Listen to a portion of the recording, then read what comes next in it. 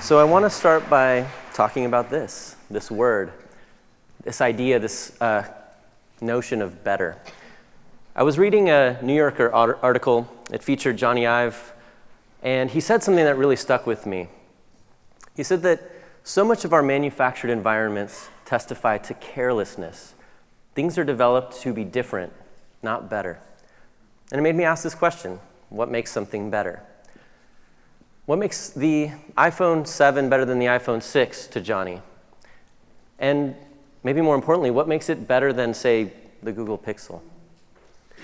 And how do we even get to a sort of conviction that something is better, right? How do we arrive at those conclusions? We make value judgments.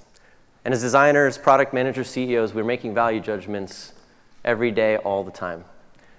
But when we're designing for other people, right, we need to lean on this process to ensure that those values aren't just our own, but those values are representative of the people that we're designing for. We immerse ourselves in their context, in the culture, understand their lives, immerse ourselves to the extent that we can, in these situations and live a day in their lives as well, to try to understand and empathize. We bring them into our design process and not just design for them, but design with them. And help them build the skills so that they can design for themselves. So you might say that we are, when we practice the human-centered design process, designing with their values in mind.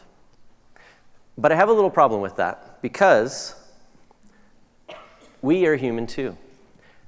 And as human translators, we can't objectively take the insights that we get and purely translate those over into design solutions without influencing them, even in the slightest, maybe even unconscious way, with our own values, our own bias.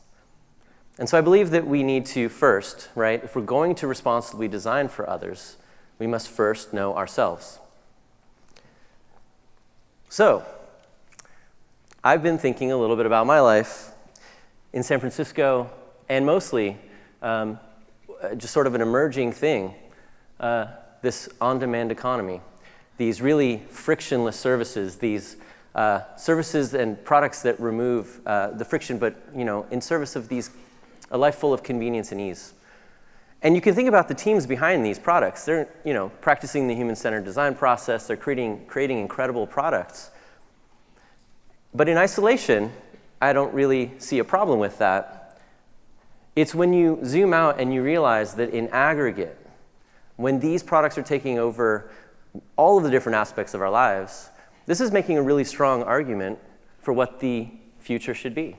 One in which our lives are frictionless and full of convenience and ease.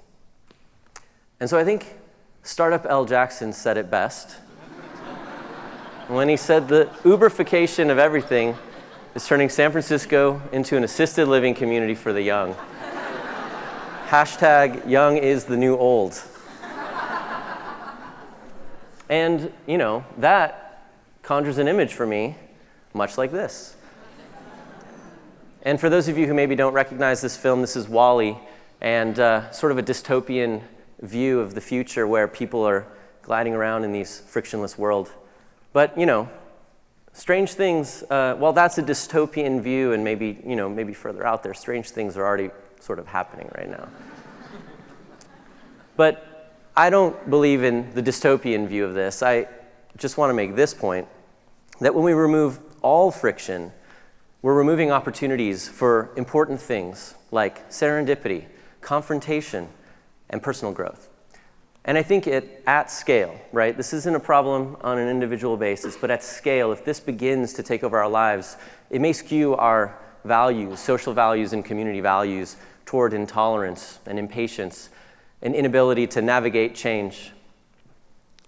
And so I come to this question, right? Is this the future as it should be? But I also like to reflect on timelines. I think, we are physiological and emotional beings. Our timelines, our processes are really slow. Think about how long it takes to get over grief or to transform your body physically. And we used to have a long time to think about how these products and technologies, in our lives, we could think about their effect on us and whether we value them or whether we would want to reject them. But we've arrived at a moment when technology is just moving too fast for that. If I downloaded and subscribed to a life where all of those services were in my life, arguably my life tomorrow would look unrecognizable to my life today. And so back to this question, is this the future as it should be? Well, who's supposed to be asking and answering this? I think if we're practicing human-centered design, then it is our responsibility. We are the ones creating these products and these services at scale and putting them out in the world. It's our responsibility. So I'll turn it around for a moment and ask you, what do you value? What do you think is better? And we're already living in this world, right? This on-demand economy has arrived. But if you look at the decade ahead with on-demand economy intersecting with the rise of automation, this future is going to be it'll be hard to even not participate in it. You'll almost be disincentivized, right? It'll be so cheap, so easy, so convenient, and socially we'll believe that that's the right thing to do, that it'll be hard to not be a part of it. And so I think Bill Buxton, of course, when he says, now that we can do anything, what should we do, is really posing the right question.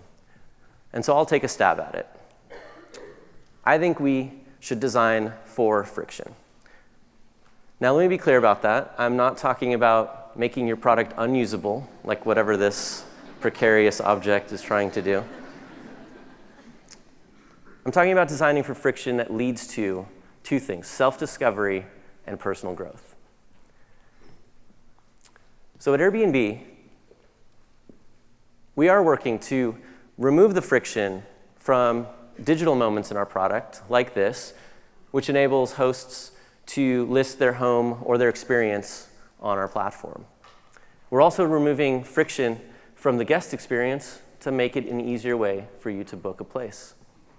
But we're doing that in service of this, in service of the friction that is inherent in travel, in getting out of your element, somewhere uncomfortable, somewhere new. And unlike traditional accommodations, we celebrate the diversity and uniqueness and wonderful qualities of homes. And so hopefully you find something that reflects either back to you, a part of you, or possibly something that you really need in the trip that you're about to take. But if that's all we did, travel could still look like this. You could still be alone, clutching a pamphlet full of advertisements for tours and guides, and not really maybe connecting in the way that you might want to with the city or the people. And that's why we do another really important thing. We cultivate a community of wonderful and hospitable hosts who can help you see the world through their eyes. And if only for a moment, right, you can connect with this person, then maybe you might feel, even for a moment, a sense of belonging. And this is actually a really interesting point, which is that talking about being out of your element, somewhere new, somewhere uncomfortable, and yet feeling a strange sense of belonging with this person, this community that you may be a part of, something really interesting happens at this intersection. You have these moments of self-discovery. And if you've ever had this, or heard people say it, they come back and they say, yeah, I could see myself moving there, or they didn't even realize that they were capable of doing something, like really getting out of their element, and I didn't think I would ever do something like that. But these are the moments that we look for at this intersection. But now the question is, why aren't we seeing this everywhere? And I think it goes back to the point, especially in that curve I was showing you earlier. Our relationship with technology is not this, right? We don't turn to it as a way for us to get more friction into our lives. Rather, we look at it as a way to remove that friction, to provide ease, convenience, and to solve real needs. But I think technology is really effective at this, and so effective that at this elbow of the curve that we're experiencing, we're feeling technology meeting our needs and expectations faster and faster, and so our expectations are going up faster and faster. And it can be difficult, on this roller coaster, to step off for a moment, pause, reflect, and ask yourself, is this really what I want? Is this really the future as it should be? But what I realized as a human-centered designer is we are often in these situations with people where we immerse ourselves in their lives and we ask them these deep questions like, what do you care about? What do you desire? Like, right, maybe not exactly in those words, but that's what we're trying to get at. And more importantly, we want to dig. We want to get to the deeper levels of why. What is driving these people? But if we can do that effectively, and if you've ever done this, you've probably also experienced your participants having these moments of self-discovery, possibly even personal growth. And what I realize is that in that moment, you are the source of friction. You are the one who enabled that experience for them. But there is a problem with that, right? As an individual human-centered designer, you're not scalable. Even if all of us went out there and practiced this, we might not truly be enough. But I believe if you design for friction into the products and services that all of you represent, you might be. Okay, so how? Unfortunately, I'm out of time. No, I'm kidding. I've got 4 strategies. We'll walk through each one of these. And these are just a few examples, and I hope that there are many more. But let's get started with skill building. So this one is pretty straightforward. In a sea of on-demand food delivery services where you get a ready-made meal, piping hot, ready to eat, there are a few. Blue Apron, Purple Carrot. They have a slightly different model. They source the best ingredients. They portion it out for the number of people. They create these incredible recipes. They ship everything to you. But they leave one critical step for you, and that is the actual act of cooking the meal. And while you're sitting there or standing there chopping the vegetables or smelling, the meal getting prepared, you might discover that you enjoy this, or maybe that you're really good at it. Or maybe not, and that's all right. But either way, this act of building a skill, whether you decide you don't want to continue to build it or not, is an act of self-discovery. And at best, it can lead to moments of personal growth. So that one's pretty straightforward. I want to talk about self-reflection for a moment, which you could consider a skill in and of itself, but I think it's worth calling out. And there's one product that I've come across that I really like. It's called Unstuck. And essentially, it's a combination of cognitive behavioral therapy and design methods, really, that helps people who feel stuck in a moment understand why they're feeling that and work their way through it. They ask you questions like this: how are you feeling? And show you a series of cards with emotions on them so you can kind of pick these and figure that out. Well, how am I feeling? They have a lightweight journaling moment to get you to actually just articulate what that feeling is. They do card sorting. This is me, this is not me. And by discovering what you are and what you are not, again, arriving at these sort of insights and realizations. All of that amounts to this moment, which is an archetype, right? We do this with research. We create these archetypes. That's what they do too. And the archetype represents the attitudes and behaviors that you are representing in this stuck moment, right? You are not this person, but in this moment you're showing those signs. And then they provide resources to help you figure out how to unravel that and how to become unstuck. I think this is a wonderful product. My only maybe critique of it is that it is such an overt product that there's so much friction inherent in even just picking this thing up and trying to use it, right?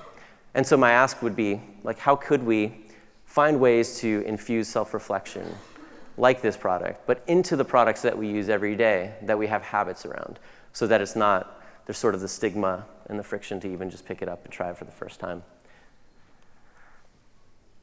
All right, collisions. And just to be clear, I don't mean car collisions, I mean people collisions here, although they all kind of lead to the same thing. So this one, an interesting study by Nicholas Epley, who surveyed people on buses and planes and public transit. and found from his study that consistently, the people who sat in solitude described their experience in the most negative ways, and those who engaged in conversation with a complete stranger had the most positive experience. And hopefully, again, we've all experienced this, and we know that these moments, when serendipitous, when delightful, actually can be opportunities for personal growth. The exchange of information, the exchange of perspectives, it can be a wonderful thing. And so it is great to see products like Lyft, who introduced their line carpooling service, which is allowing multiple Lyft passengers to carpool together. But they went further and developed a profile feature to facilitate conversations among people. And what I really love about how they frame this is that as they were writing and describing the reasons why they built this feature, they say, it's a big step toward our vision of reconnecting people and communities through better transportation. And there it is, right? They are a transportation company, but their real mission is to drive connection between people and communities. They found a way to insert the friction back in. I have another example of collisions back at Airbnb. So one of the teams that I lead is the business travel team. And we have this challenge of creating a product that's a really good alternative to hotels for business travelers who find the ease and convenience of hotels really compelling. And we spent a lot of time working with our hosts and the community to figure out how could we make a classification of homes that could be maybe a little bit better for these travelers. So we created what we call business travel ready homes. They're the entire home. They have an easy self-check-in process. They have these amenities that you need when you're traveling for work. And we've introduced a filter. You can find only those listings if that's all you want. And these are absolutely some of the best homes on the platform. But what we did was we kind of removed all of the friction from the experience there, and in some ways mirrored what the hotels can offer. And so it's really important that we go back to the stories that we hear over and over again, like this one from Scott, which he says, when talking about his host and his experience meeting this person when he stayed in a private room instead of an entire home, that we were up until 1 a.m. talking. Speaking of being energized after one of the most exhausting days of my life, it was amazing. And we've heard this countless times, and it makes us stop and ask ourselves, what else do we need to do now? Because is business travel ready? Are those homes, is that enough? Or is there a deeper, more underlying need here and a desire to have collisions with people? And that's something that we're revisiting right now. So now that we know that collisions can lead to these wonderful serendipitous moments, we know that from the study that people describe their experience in the most positive ways when they have these moments. The question is, why don't we choose this more often, right? Why aren't we always opting to talk to the stranger in the elevator, talk to the person next to next to us on the plane? And I think there's any number of reasons, right? Of course, there's a lot of reasons, but one reason I'm really particularly interested in is that these collisions, they also have this potential to lead to confrontation. So let me talk about confrontation for a moment. Confrontation, the way I define it, is the idea of confronting that which you're afraid of, or confronting something that's difficult, or confronting a person that you may have differences with, and being able to work through them. The positive sense of confrontation. Unfortunately, this is what confrontation looks like on the internet.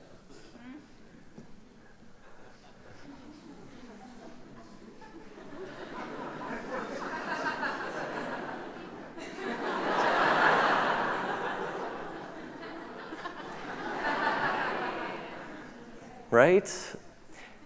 But I love that GIF so much. But yeah, I mean, we've probably all, again, felt this sort of protection standing behind the gate and being able to, confront each other there from that perspective. But I really love this quote from Tim Ferriss, He says, a person's success in life can usually be measured by the number of uncomfortable conversations he or she is willing to have. And let me use one more Airbnb example to show you what this can look like. We asked ourselves this question: what happens when we encourage guests to reach out to their hosts when they need support, rather than reaching out to Airbnb? And we experimented a little bit in our product and ran a survey to follow up and understand across a wide range of issues, from anything from like more logistical questions to issues with cleanliness concerns, even hosts canceling on guests. And we had a few hypotheses that we asked ourselves, or that we had for ourselves. One, we thought that hosts would feel burdened if we encouraged their guests to contact them. And I guess maybe not really surprising, hosts actually felt fine doing that. And it makes sense. These are incredible people, really hospitable. It didn't make a difference. Of course they're willing to do it. We thought guests maybe aren't going to receive the best support from their hosts, right? They're maybe not trained in providing the kinds of support that people need. Again, guests were actually just as satisfied with the support they received from their hosts as with the support they received from Airbnb. But this last question, this last hypothesis, was that we thought that if a guest who had a problem had to go to their host, that this would actually negatively impact their trip satisfaction. And what was surprising was it was not only not negative, it wasn't even neutral. We saw this.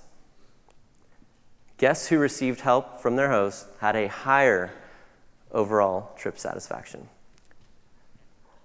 And this is fascinating, and we're still digging into why and understanding exactly what were these levers, what were these specific experiences about.